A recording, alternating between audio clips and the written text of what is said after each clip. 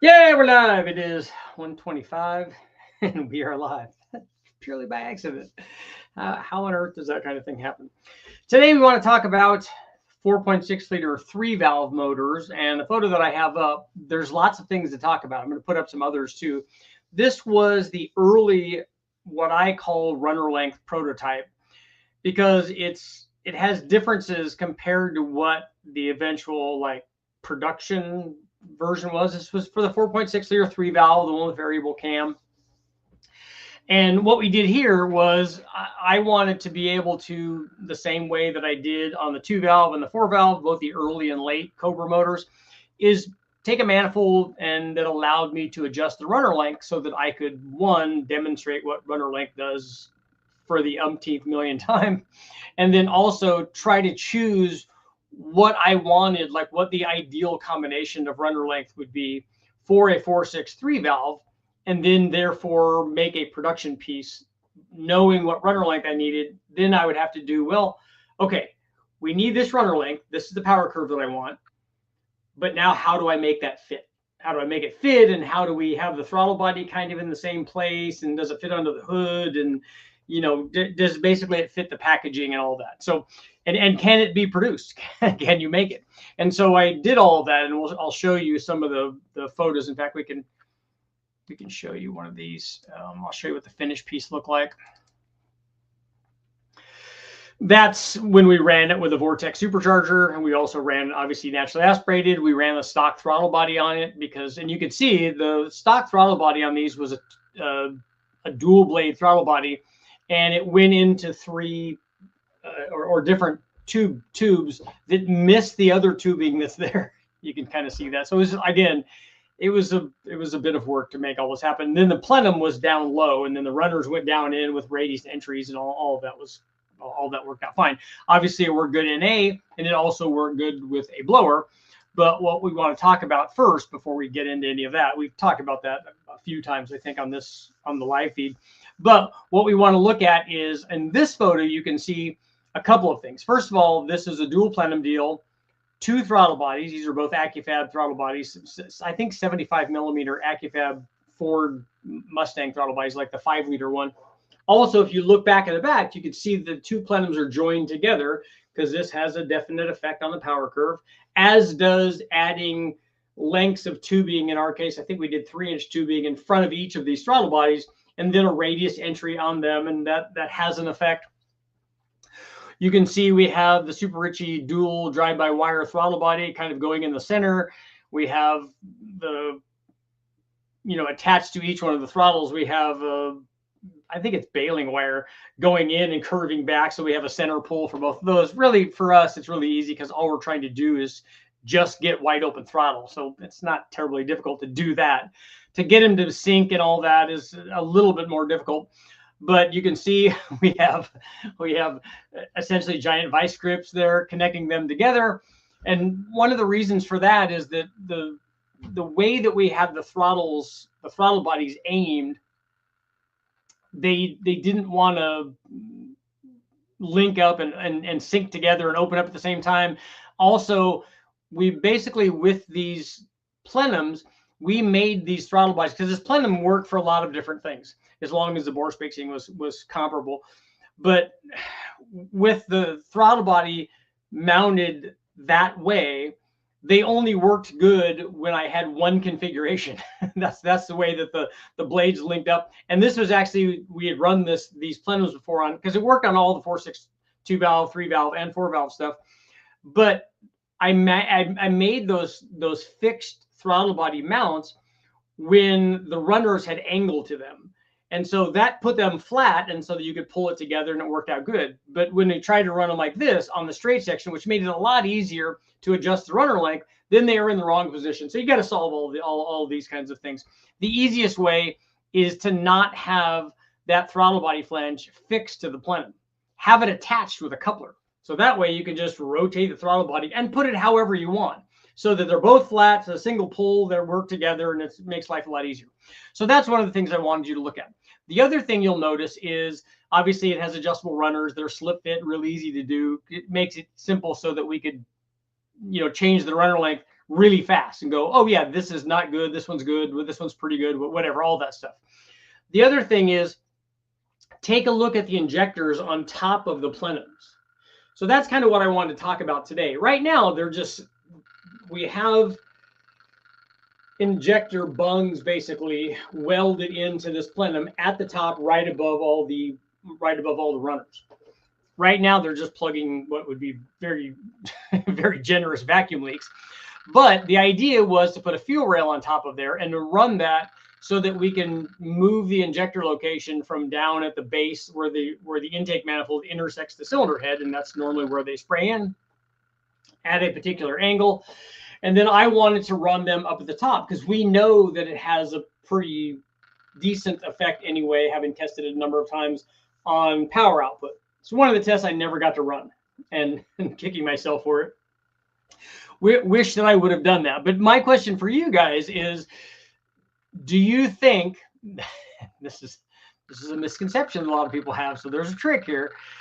Do you think that the air rushing into this plenum would stop the fuel from spraying down into each one of the respective, intake ports?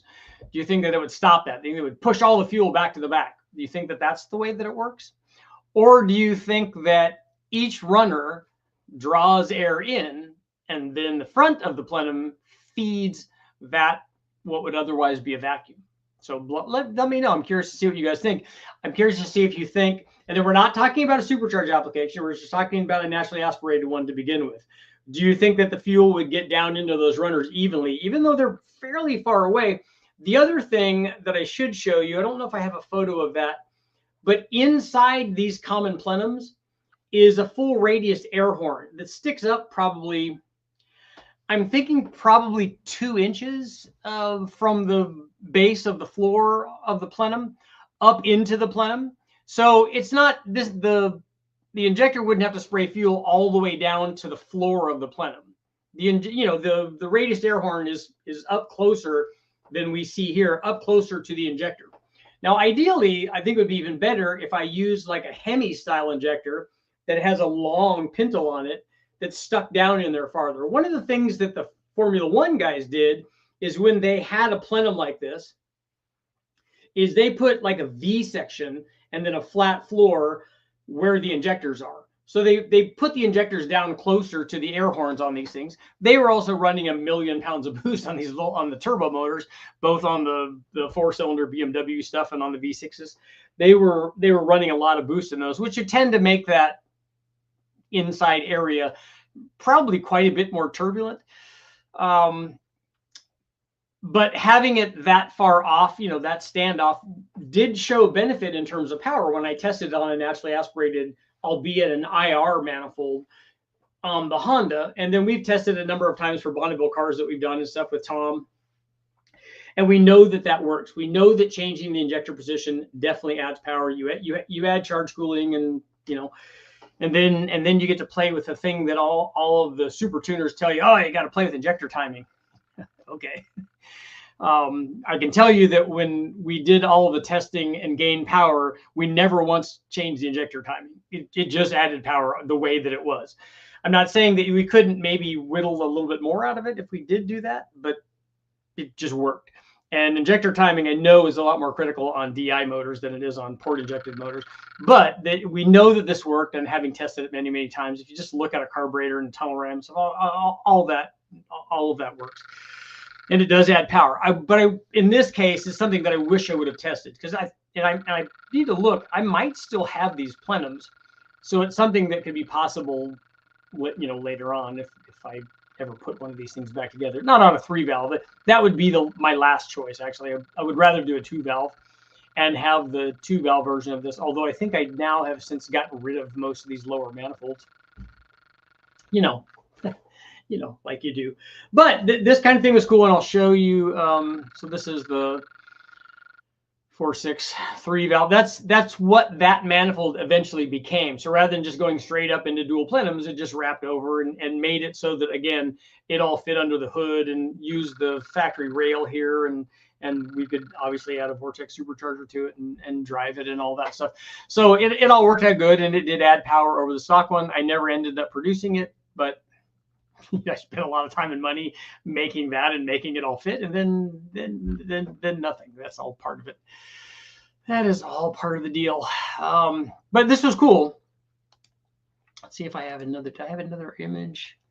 I want to show you. Oh yeah, this is one with just to show you that, hey, yeah, we did indeed change the runner length pretty dramatically, because we went from this short one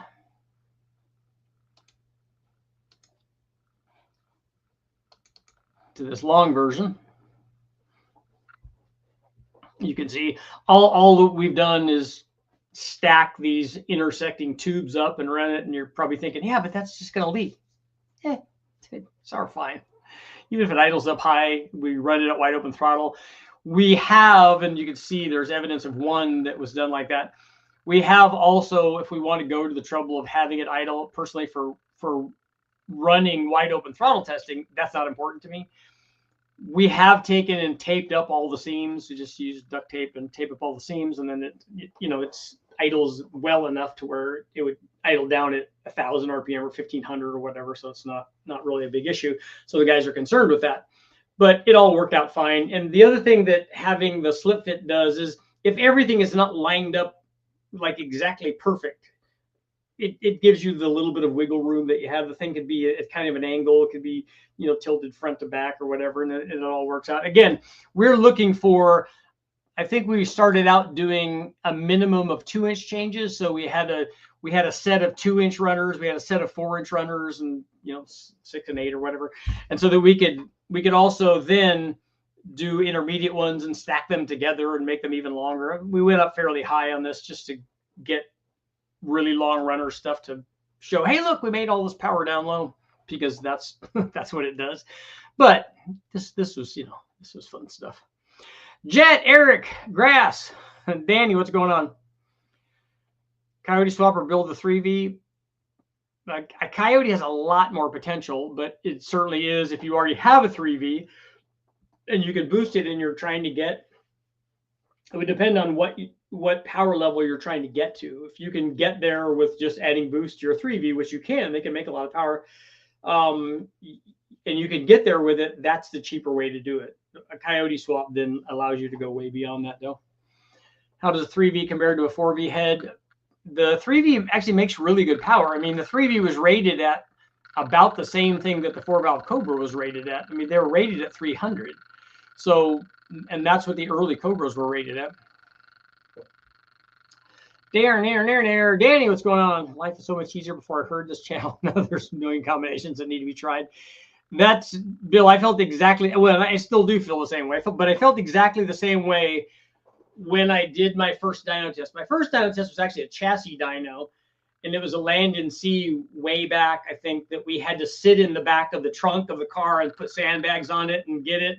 And then the guy had to adjust it and take a reading and then write that down and take another reading and write it down. It wasn't like like the graphs that we see where you do a sweep and all that stuff. So it's a little bit frustrating, but also super cool. But when I did my first test at West Tech, all that it did is give me like a million more questions. Well, what about this? What about this? What about this? What about this? Because when you're first starting, you don't know what you know later on after you've been doing it for a year or 5 years or 10 or way more than that.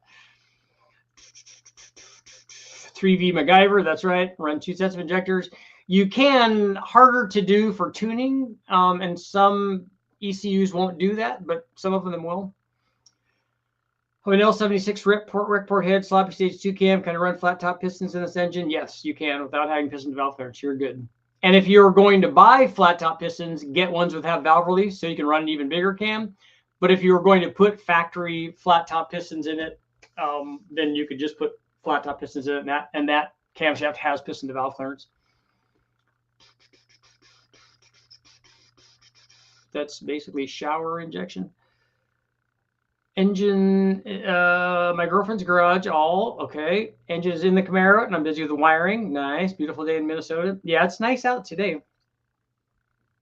And although it does say, it just gave me an indication that the temperatures are supposed to drop, which I thought was interesting. I've tried injector spraying at the top of the runners, and it cross-pollinates at lower RPM. It just didn't work. Got the equivalent of double pumpers. Fuel will go down. Partly blown away, but not fully. Sink injectors into plenum tubes for closer direct spray. Really, they could just be put into the runners, especially if the runners were long enough. That's not going to be an issue. The interesting thing is, if you wanted to put the injector down closer to the entry of the big radius entry, and you did that, I think it would take a little bit of testing to get it to not disrupt or restrict airflow.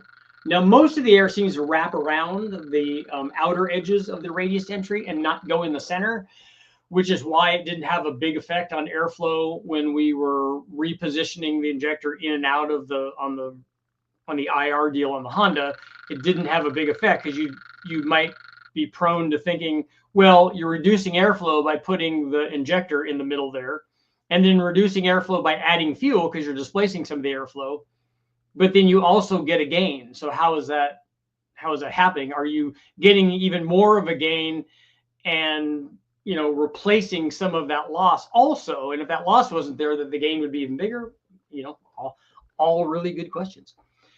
Can you do a decision on the difference between running E85 or 93 pump gas with nitrous? I see some stuff out there where E85 can be cool to allow nitrous atoms to split. I don't know what you mean by the second thing. That doesn't make sense to me. The choice between E85 or 93 would be how much timing you can run. You could run more nitrous with E85 and have less of a chance of hurting it than you can with 93, because you could run more timing and make more power. Brandy, doesn't the L76 come with flat tops? Further away the ejectors are, the better the fuel will be stratified. Less fuel droplets together will add more power. Never saw the 3-valve in Australia. You guys didn't get that over there? Unless you funnel the injectors to the runner, you have to rely on the opening and closing the valve to draw in fuel. It shouldn't be a distribution problem. You're mixing air and fuel really well. Tower intake. It would work better with ITBs inside the plenum. Well, that's what there are essentially. You think that having blades inside there would somehow affect the fuel? This happens when you have no packaging restraints. Yeah, this one definitely does. This one's a lot better though. That's the packaging restraint version. Also add to nitrous decision, nitrous and E85 on a supercharger. Yes, yes, E85 on all of those. Did you ever get black on black shirts? We have not done another run of shirts yet. The intake manifold reminds me of the band Monster Rotor engine that beat everyone in the race.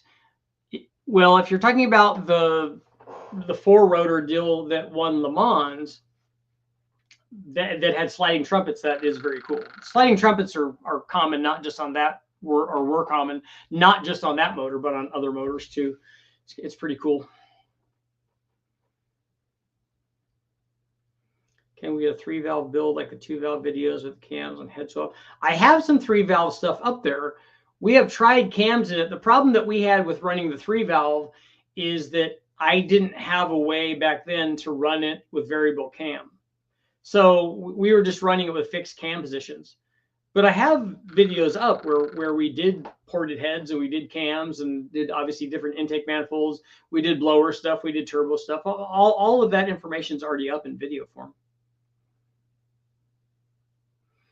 But like I said, it's kind of a waste of time without being able to control the cams. And because that makes a big difference. I mean, that's part of the reason that thing did so well, because it had that.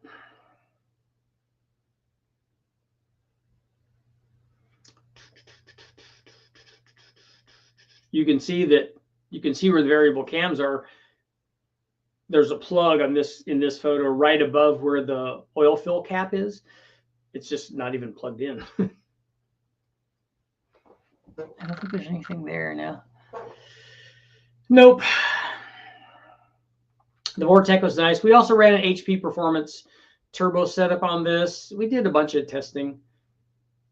And the 3-valve was good because it had such better heads than the 462 valve. This was a big step up from the 2-valve deal.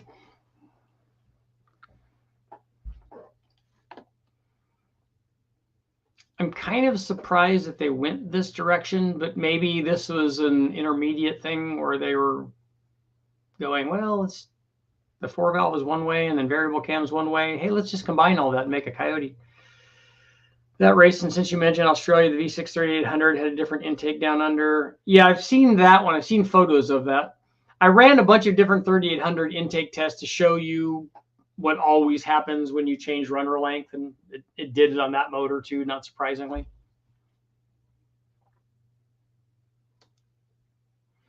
Oh, there they are. That's why I couldn't.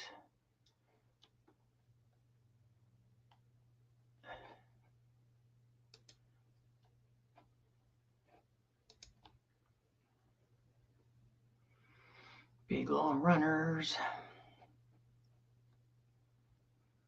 About an aftermarket throttle body and where the TPS sensor bolts, if not the same, it's not the same as an LS like the Fox body Mustang style. Could have used a Mustang TPS on this LS. Your aftermarket throttle body for an LS has a Fox style TPS sensor on it. If that's the case, you can use them. I don't know about the pinout on the TPS. If it's the same, it probably is. And they're both going to be a 0 to 5 volt thing, I think. Just sold by 2-valve to get a 3-valve. Yeah, it definitely makes more power.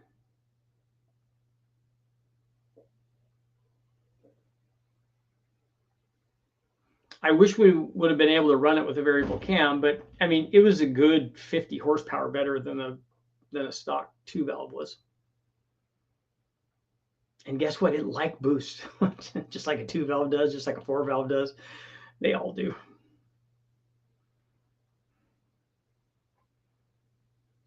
Picked up a ZF6 from a C4 Corvette. GM ran that trans in the early Duramax, so it should be strong enough for a 406. Probably boost.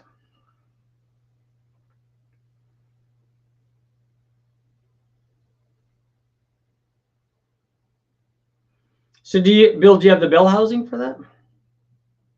See a lot of videos stating nitrous makes less power on 85 than on 93. I guess this is because maybe they didn't add additional timing or didn't go a little higher nitrous shot.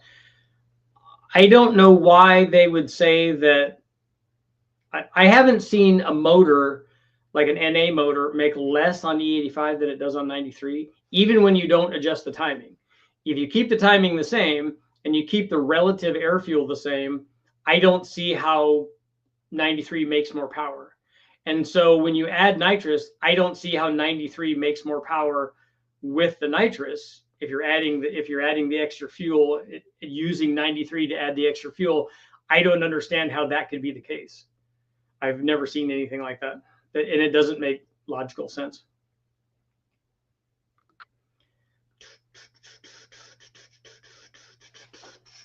How much was the intake worth? I have to go back and look and see. I think it was 15 to 18, if I remember right. Let's see, my documents.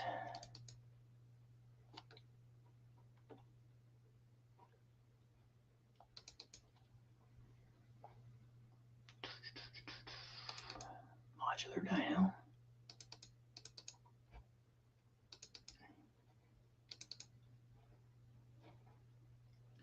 Adjustable cam blower. We did a manual cam adjustment on that.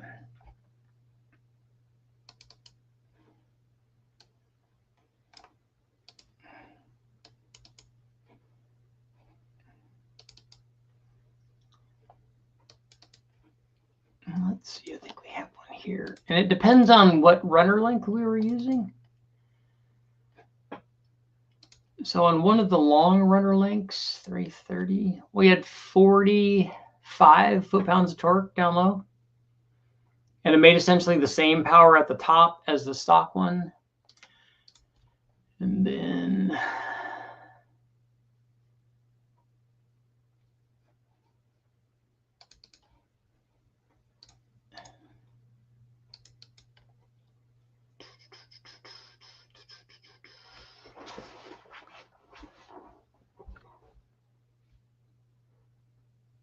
let's see here. Seem to make a little bit more power with the blower. I'd like to go back and see why that is, but then a whole bunch more torque like it had before. But I think with the right runner length, it was about 15 or 18 better. I need to go through and find the one of the finished one. That might take a little bit of digging.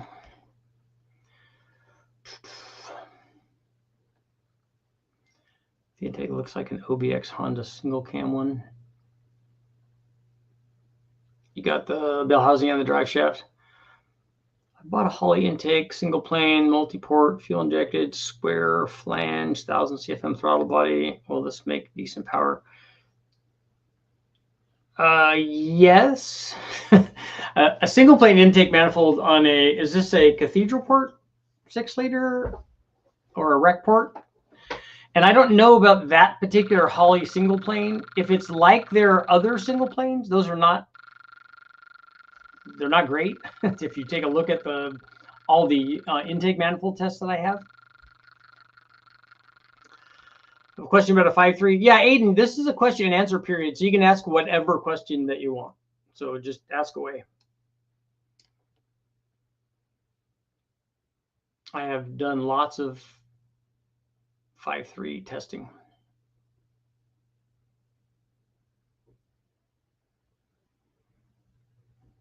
The hard part about doing an adjustable intake manifold like this is like you run it like with this runner length and you're like, wow, look at all that. We got like 30 or 40 foot-pounds of torque. And then you adjust and you're like, yeah, we just got rid of all that. And then maybe it makes more power somewhere else. But you're like, man, we want all of that. We want both of those.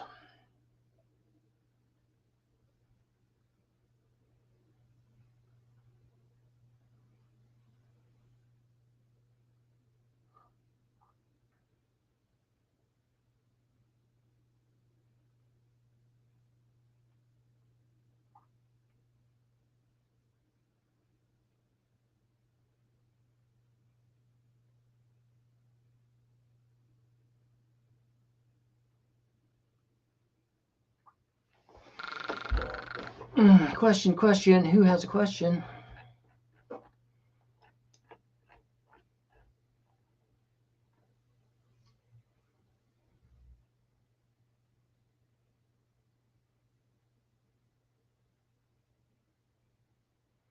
It's pretty well known that 4.6 2L 4-valve 4.6 is safe to about 450 wheel horsepower, but any idea why there are claims that a 3-valve is safe to 550 wheel horsepower? Pretty sure the rods are the same. Stock bottom ends, of course. I don't agree with the 450 wheel horsepower thing. We've run way more than that on these. I don't think that that's a thing. I know that Sean Hyland in his book was talking about that. But first they were talking about like 400 flywheel horsepower, and then now I guess the new thing is 400 or 450 wheel horsepower. I don't agree with either one of those.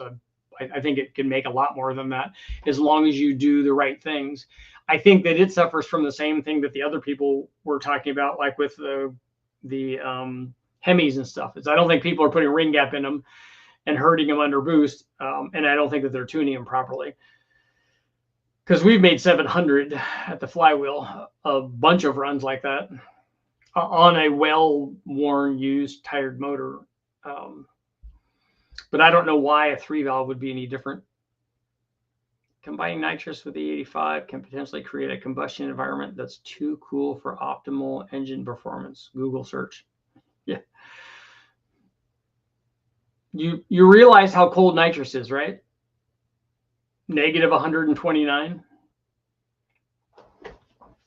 So of the two of those things, the nitrous is way, way colder. So again, that's not a thing. And then once you compress all of that and you get it up to the temperature where you separate the nitrogen and the oxygen molecules, which is like around 550 horsepower, I think. So it does it rather rapidly so that you can use the oxygen with the fuel and burn all that and make the extra power. I don't think the 85 stops that. What was the horsepower on OBX clone intake manifold? Are you talking about for the Honda thing?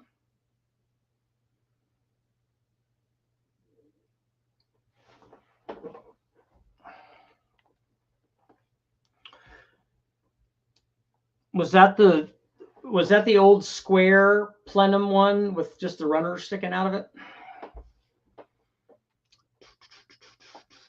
While using both the 85 nitrous, too cool scenario may be suitable for specific racing applications or maximum power.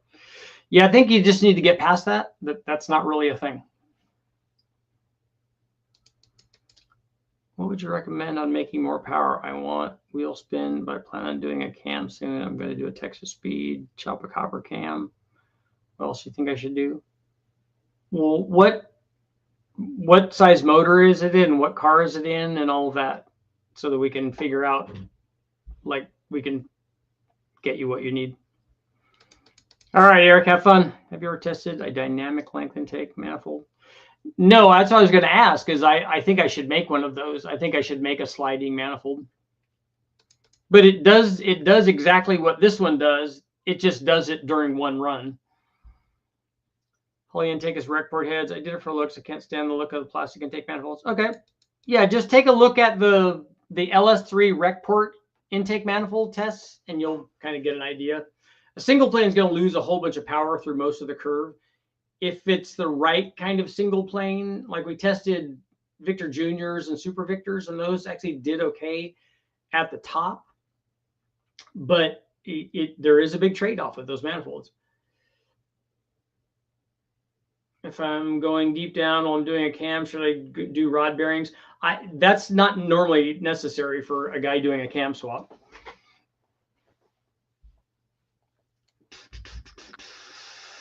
I'm just wondering if I make the same power with that or the truck intake manifold.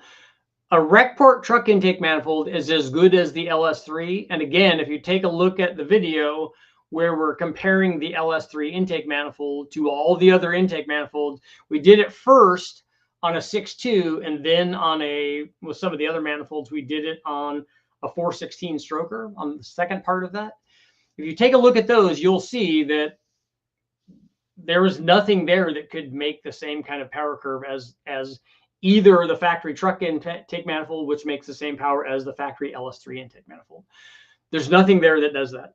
The only exception now is the performance design intake manifold. Hope your Thursday is treating you well. Enjoy spending time here. Thank you, Richard. Percentage temp nitrogen is interesting, because I was basing next decision on that E85 stuff. You're a big help. Yeah, I wouldn't worry about that. I would. The reason that people, obviously, and you probably know this, that people are adding a better kind of fuel when they're injecting nitrous to help stop detonation. E85 is really good for that. It has higher octane. It does have a cooling effect, which are both beneficial. They're not beneficial. The OBX intake in your picture that you made, I don't know what you mean by OBX. I don't have anything to do with OBX, or I don't do anything with them, or whoever that is. There's a 5.3 Vortec, and it's a 2009 Yukon. Okay. Yeah, Aiden, your cam swap is a good idea. You could do long tube headers. You're going to obviously have to tune it. If you're going to put a cam in there, you have to put springs in there. You're probably going to have to do an injector upgrade, and all of that will help. But if you're trying to make more low speed power, long tube headers will do that. Gearing will do that. A converter will do that. or making the motor bigger. Obviously, boost would also do that. And just as a for instance, if you haven't bought your cam yet, that's a good cam and it works good. It's just a lot more expensive than the cam that I have, which will be back in stock in, I think, 2 weeks. They're so popular they sold out. But the cam that I have will do what that cam does. It just does it for a lot less money. So if you're interested in that, let me know. What would cause my spark plug side electrode melt on my 2-liter B2000 after I swap the carb and exhaust manifold? If you put a header on it, you have changed the signal to the carburetor and probably leaned it out. And so now you have melted a plug because you're getting into detonation, maybe because it's lean. That's my guess. You always look at the thing that you changed and then go, okay, what did that change do? And that's my guess. If you've changed the carburetor, that would also indicate it's lean. Any benefit to ported and or short runner intakes on a stock long block Mach 1? Yes, there can be, but a short runner intake manifold is going to lose power through most of the curve. And if it gains power, it's only going to gain power at the top.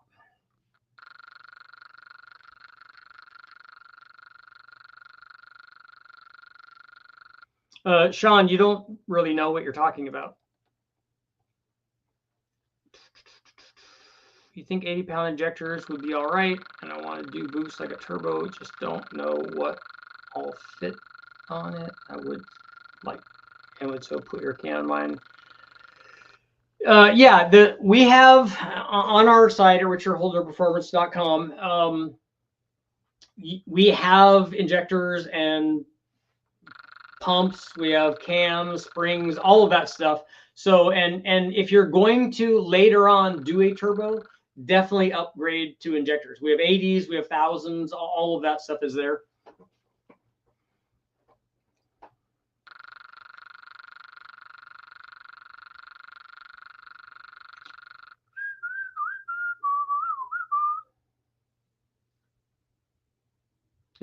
It's okay, Sean. When you don't know something, it's okay. You actually should be here to ask, because you don't know when that manifold was made. You don't know anything about it. But you should ask instead of trying to be the person that doesn't ask. You will find that things are a lot better off if you do that, because then you'll learn, and that's why we're all here. That one's gone, that one's gone, that one's gone. Delete all of those.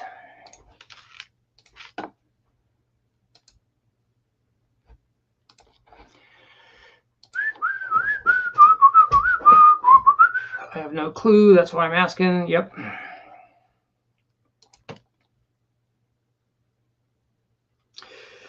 Thanks, Sean. We'll see you later.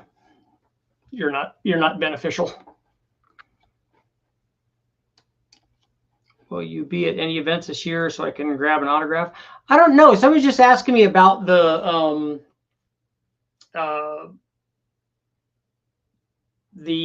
West Coast LSX Fest or LS Fest. I went there last year and I had the V12 there. And they were asking me if I was going to go again. I'd like to do some things. We'll just have to see how time is. Yeah, I don't have time for people that are just don't at all want to listen. You got to be here to help. You got to be here to provide, like, for the group. And he never has. Quite honestly, I've just tolerated it for a really long time. Australia's in the house. What's going on, man?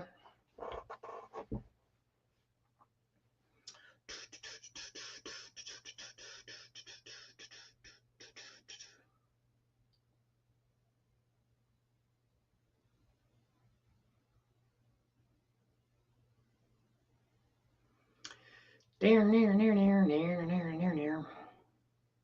bought a 260Z with a small block Chevy in it. Awesome. Forged rotating assembly pistons, ported trick flow 215 heads. All that's good. 218, 228, 850 Holly. Papers show 519 horsepower, 500 foot-pounds. It must be a big small block then, I'm guessing, like a 383 or something, or maybe a 400 or something. I mean, 09 Yukon, would you turbocharge it or supercharge it?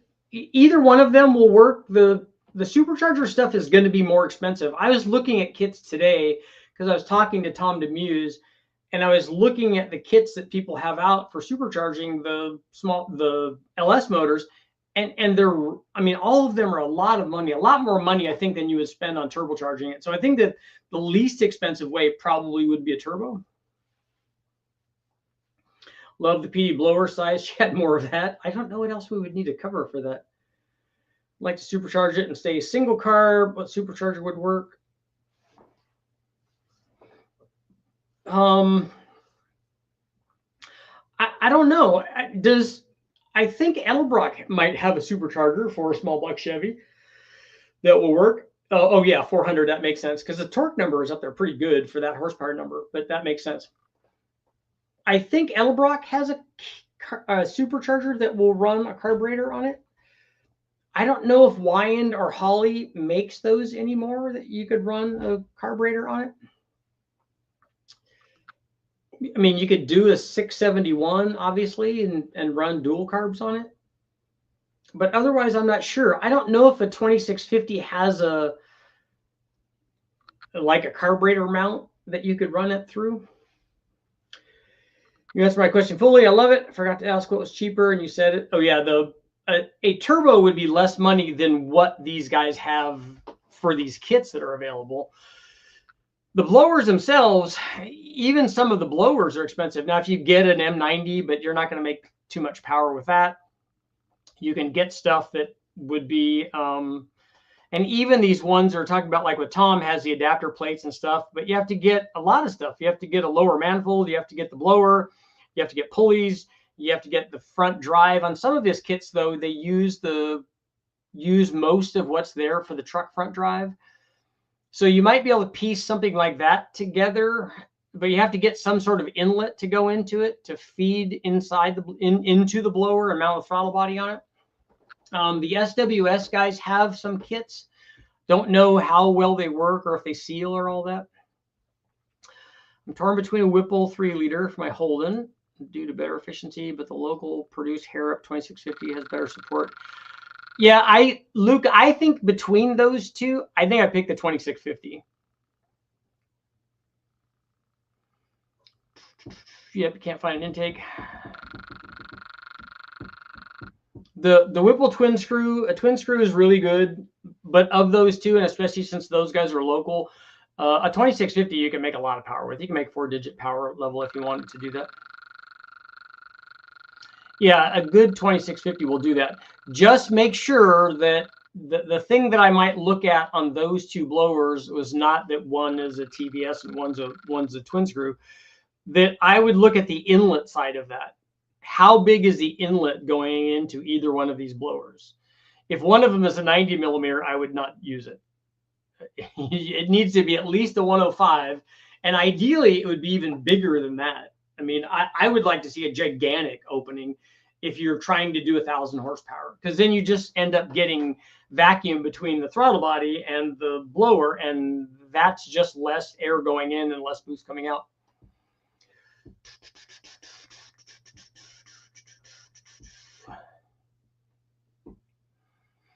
You want to get more air in. Harrop 2650 can get 120 millimeter. Yeah, I would go that. That's a nice deal. The only thing that you have to worry about when you go to something that's that big is it can be pretty responsive on tip in because you got a big blade opening up. So you got to be able to modulate that. But you just don't want to restrict it. What would be cool is if they had a blade within a blade, like a little tiny blade that opens up to get things going, and then the other blade, you know, kind of like a 4-barrel assembly kind of thing. Whipple was looking at the big marine rear feed intakes. Okay. Will be drive-by-wire. Yeah, that will help things. I'm gonna work on brake only here for a moment. You could sell that setup to the Yakuza style cars in Japan.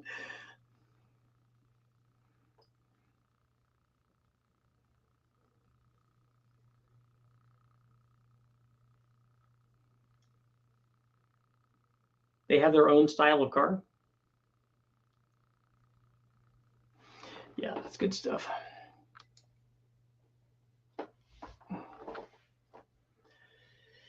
Near.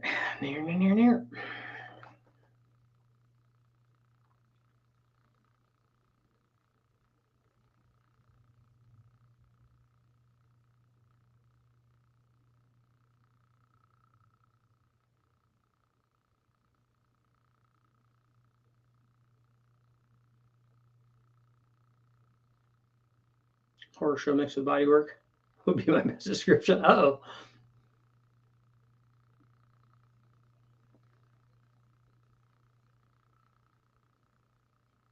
I believe Honda used to make a throttle body that has a small blade and a big blade. I think it was in the 92 Accord station wagons.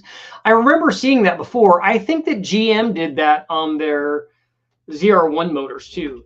I think that they had a small opening and then the other two opened. And so they did it for, drivability. I don't think it was really necessary on a 400 horse 350, but it was still kind of cool and probably improved drivability and stuff. But it is really necessary on a positive displacement, on a big positive displacement supercharger with a big blade in front of it. I remember doing even the 90 millimeter throttle bodies on the Kenny Bell blowers for the 351s and stuff. I remember that's pretty snappy, and even more so now that we have 102, 105 millimeter throttle bodies. Just joined. How did it do, good or bad? It did good way back when we tested. The discussion was actually more about this. Why are we not adding that to the stage here? I don't want to do that. There's one.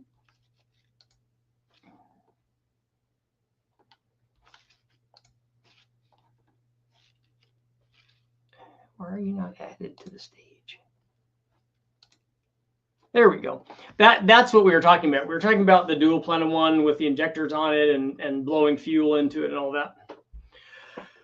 To reduce boost on positive displacement blowers, I've seen some local tuners have the bypass open for most street driving to keep boost down and close it for large throttle openings. That is a good way to do it. I've seen them modulate even the bypass valve so that they can do that as a kind of boost control thing. They even do it more sophisticated than an on-off thing. It's pretty cool.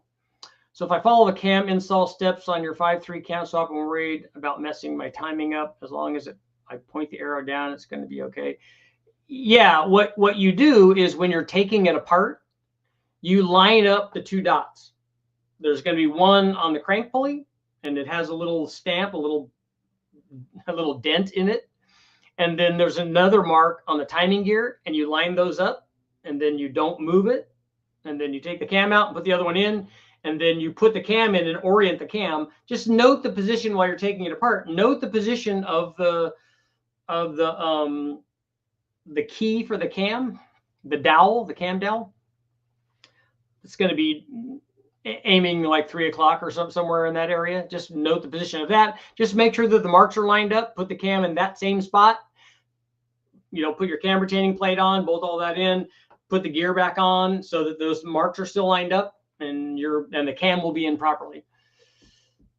Is there restrictions with running my stock Silverado muffler? It's canned with long tubes and white pipe to the stock big muffler.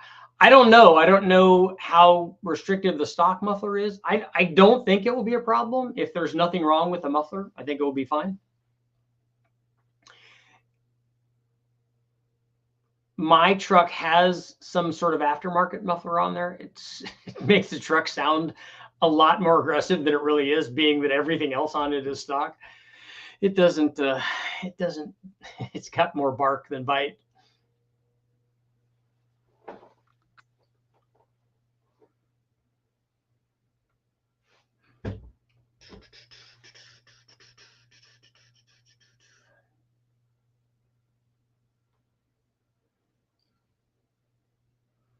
The truck I have is an 02 Silverado with a 5.3 in it. Scottish, what's going on?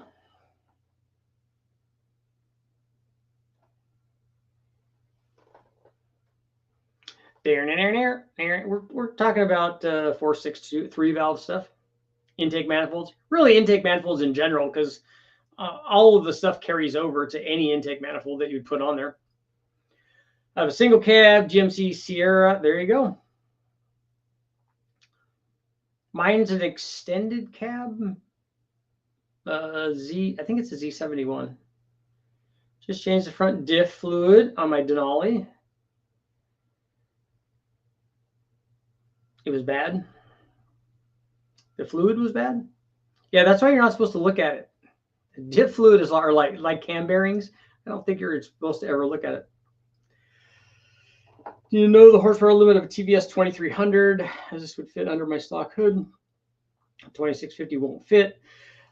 I don't know what the most I've ever seen out of a TVS 2300. The thing is, and I was talking to Tom about this today, is that, you know, trying to get the most out of anything is problematic.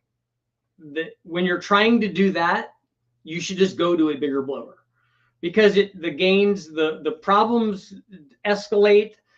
You know, the tuning window narrows. It's all bad. So I don't ever recommend people trying to max those out. I recommend if you wanted to, like, let's say that you wanted to make 1,000 horsepower with a 2.3 liter, maybe you could do that. Maybe it will support that. But in order to do that, you should just get a bigger blower. Z71s, I think that's what it is. It is a 4-wheel drive. So there's a safe max nitrous shot for a 450 horsepower L31 block and Scat 900 crank. Well, it's not a safe, I mean, yes, kind of, but that motor will only be able to process so much nitrous. And that number, that level will be before you reach any sort of critical safety factor. The problem is that as you add nitrous and fuel, you displace air, and the motor just can't process anymore. So you can't take a 450 horsepower motor and add 450 horsepower with the nitrous. It's just not going to work. You could probably add 200, but I would start at 75 or 100 first, and then get that tune dialed in and make sure that it's all going to be safe, and then try to go up from there. And as you do, take timing away. The crankshaft's not going to be an issue. It's not going to be a strength issue. It's going to be a tune issue. Would you recommend the $700 price tag for the Ford Performance 3-valve intake manifold? I don't know. Honestly, they came out with that manifold way after I did mine. I don't ever remember testing that, so I don't know how well it did. Been getting clunky. Yeah, it's not good. Spent $500 on new CVs, and it was fluid the whole time. So when you change the fluid, did it drive a lot better and not make noise? Richard, have you ever run any Howard's cams? I have. I think that the guys from Speedmaster had Howard's do some of their cams that we tested, and so I have run a couple of them, but I think that they were small block Chevy cams.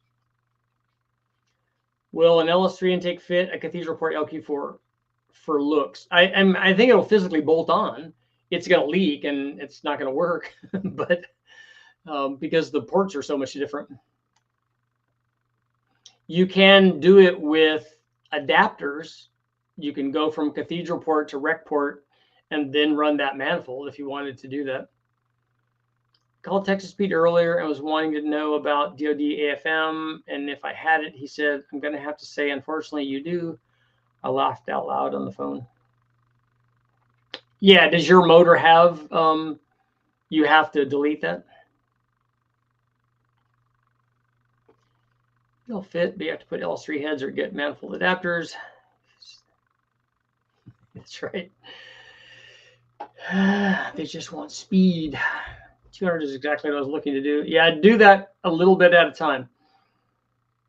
So 2650 and dry sump. I think I have heard of a few people adding small cross member spacers to add hood clearance. Yeah, I've seen them lower their motors down by lowering the whole cross member. I have a Howard 227-233. Is that's the small block that you're talking about? That should be a good cam. I don't know what the LSA is, but the other stuff should look good. Looks good. Never tuned or anything. After I do my cam, how would you recommend I do that? You're gonna have to take it to somebody who tunes it. Trying to now figure out the power steering on a Toyota. I'm going to get rid of DOD. Yes, the plugs you have in your video. That's what I'm going to do. Okay. Pump is still not working, so picked up a power steering pressure switch, hoping that fixes it. Do you have fluid circulating in the pump? Can you see that it's coming back in? That's what I would look at.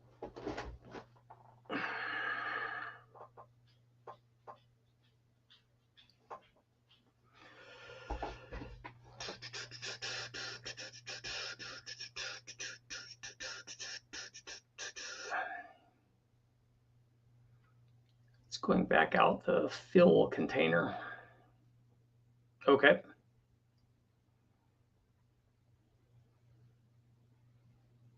Is the pump making noise? 383 Pro Max 200, 112 LSA, ground at 108. Okay. Next assumption might be a clog in the line. Stuff in the line is rarer, I think, than the fitting or something not working. I have a 226-234 in my Sierra.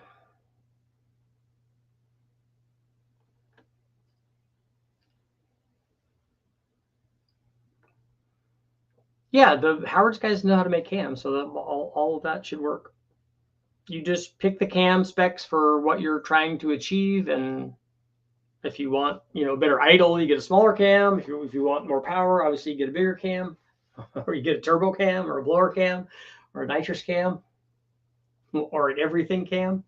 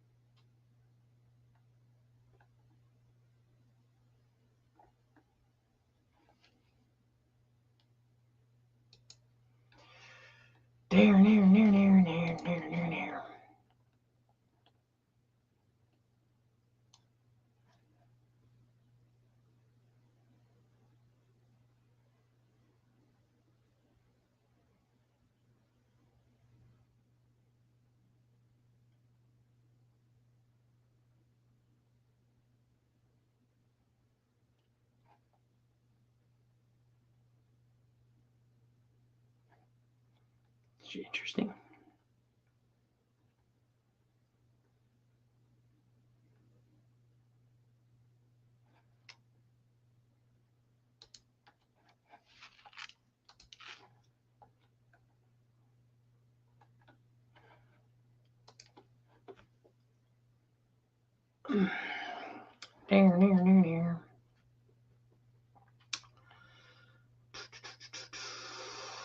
It has a numb bolt with holes for fluid to run to, and those holes have been lined up, but I never messed with this thing. Okay. Just remember Howard's description is based on 350, so you have a big motor up a cam. Valve hardening issues on the 3-valve heads. I don't know what you mean by valve hardening. My truck responded well to the fluid change. There you go. 10-to-1 too much compression for boost on an LS. No, that all just depends on your intercooling and your octane rating and your tune. Does anybody know what fluid to use on an all-wheel drive transfer case in a 2002 Denali? I'm assuming it's ATF, right? I don't think that we drained mine when we did the trans swap. Yeah, 93 pump gas. You just have to be, you're just going to take away timing stuff. It's, you know, you could make that work. There are a lot of guys out there running blowers and turbos on stock LS3s and LS2s and all that, and LQ9s. Sunken valves, too looped or too soft. We didn't have any of that happen when we were running the 3-valve stuff, but it wouldn't really happen on the engine dyno because we're not running them for any length of time. Usually if you tulip the valves, it's because you ran it too lean for too long. You put too much heat into the valve. We've done that to a small block Ford when we were running the Silver State because we were at wide open throttle for a really long time and ran out of gas, and it leaned out, and it leaned out enough that it that it hurt some of the valves. It made them weak and tulipy. So we had altered valve heights, install heights. When we took the valve cover off, I'm like, that's unusual. Those should all be the same, but they're not. And that's what happened is they got so hot that the spring rate just basically pulls the valve because the head's like, hey, we shouldn't be this hot for this long. So we're gonna deform. But that was on us, me, because I was doing the driving. That was definitely, you know, let's just stay in it and see what happens if we run out of gas. That's what happens. You blow the motor up. We didn't have enough fuel capacity in the little Mazda Miata with the V8 in it that we ran in the Silver State. I don't remember how big the tank was, but it was not big enough to finish the race. I ran into the same problem with my Mustang when we had the Supercharger on it, although I didn't let it run out of fuel. I did a fueling stop about 65 miles in and had a little 2-gallon can that I put in. Like, yeah, I got a long ways to go yet, or this is not going to get things done. So if like what a Howard Cam says, 230, 240 on a 383 or 400, go to 240, 250. No, you just pick the cam for what. Don't worry about the designation thing. You just pick the cam for the RPM and power that you want to make. A 240 cam, even in a 383 or 400, is a pretty good size camshaft. What are the first things you would check on a 2004 GMC Sierra if you got it with 116,000 miles? Does it have lifter tick? You should look at the, I don't know, the transmission, the tires, the brakes, all that stuff. Does anybody else have any recommendations for him what to take a look at? We got 1 more minute. So, oh, there we go. Whoa.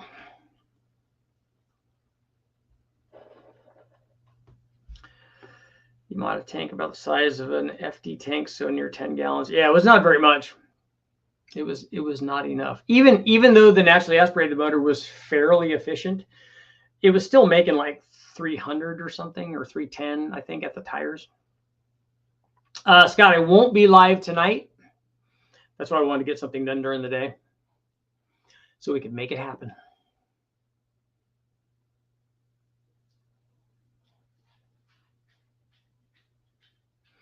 Happy to help. I will see you guys all probably tomorrow. Not probably, we will. We'll be there. I will be here.